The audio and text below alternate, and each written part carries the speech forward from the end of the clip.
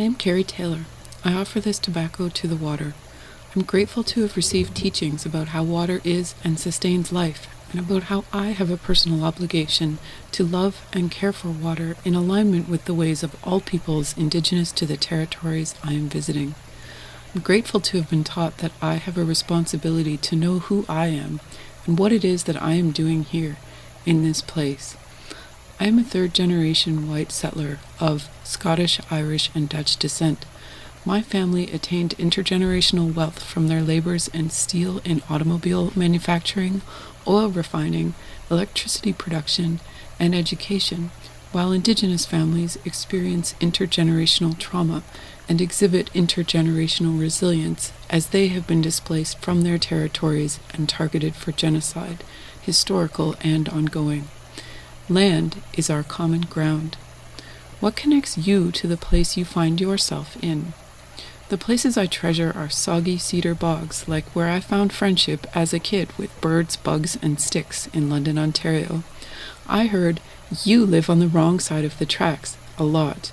The ponds and forests near my home, sacred not only to me, were consistently under threat.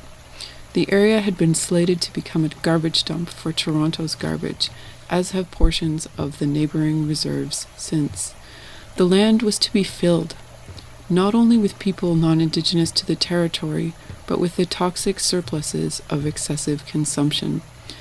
As a child, I could feel the violence this would perpetrate against the land and water I'd come to love. However, my experience is not commensurable with that of Indigenous peoples. As an adult, I've been told that the violence against the land is equivalent to violence against Indigenous peoples, particularly women, girls, and two-spirited folk. What does it mean to live with land? There are ancestral lineages, knowledges, and structures of law and governance in this place that flow deeper than water, and that have done so for longer than time.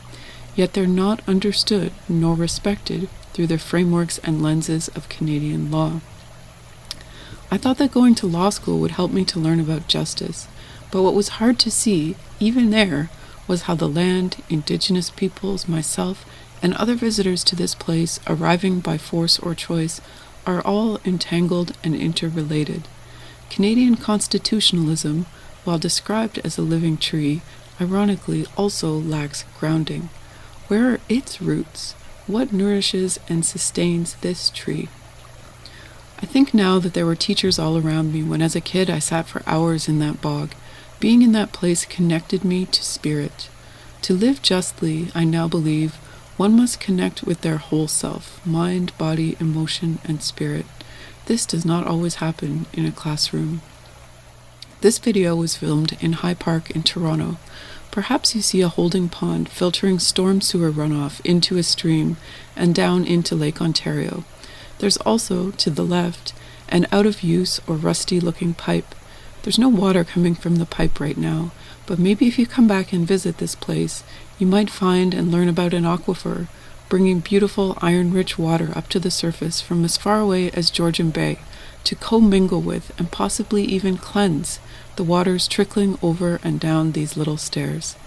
These waters contain many stories and have layered and contested meanings and significances. Stories also nourish life. What does it mean to listen? Is it something one does only with one's ears? What can these water sources teach you about territory, jurisdiction, and care? What kind of questions do they prompt you to ask of yourself? I facilitate a course about law and questions of justice on Turtle Island, or Canada. My teaching assistant, Sabeen, Kazmi, and I collaborate to model ways of learning centered around respect, listening, horizontal structuring, and co-creation. Together, we tell our stories. We show students why it is important to consider our own positionalities and connections to people and land in attempts to develop one's own decolonizing praxis. By asking students to find a nature space where they can go to listen and reflect, we hope students will literally ground themselves, trace their own roots, and come to know where their feet are planted.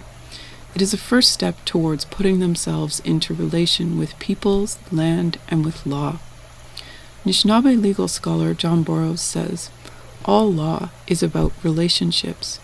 However, obligations and relationships are very difficult to carry out if one does not access place. The TRC defines reconciliation as everyday practices of building and maintaining respectful relationships.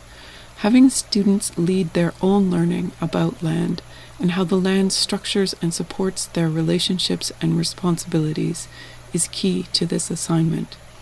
What does it mean to you to listen to land?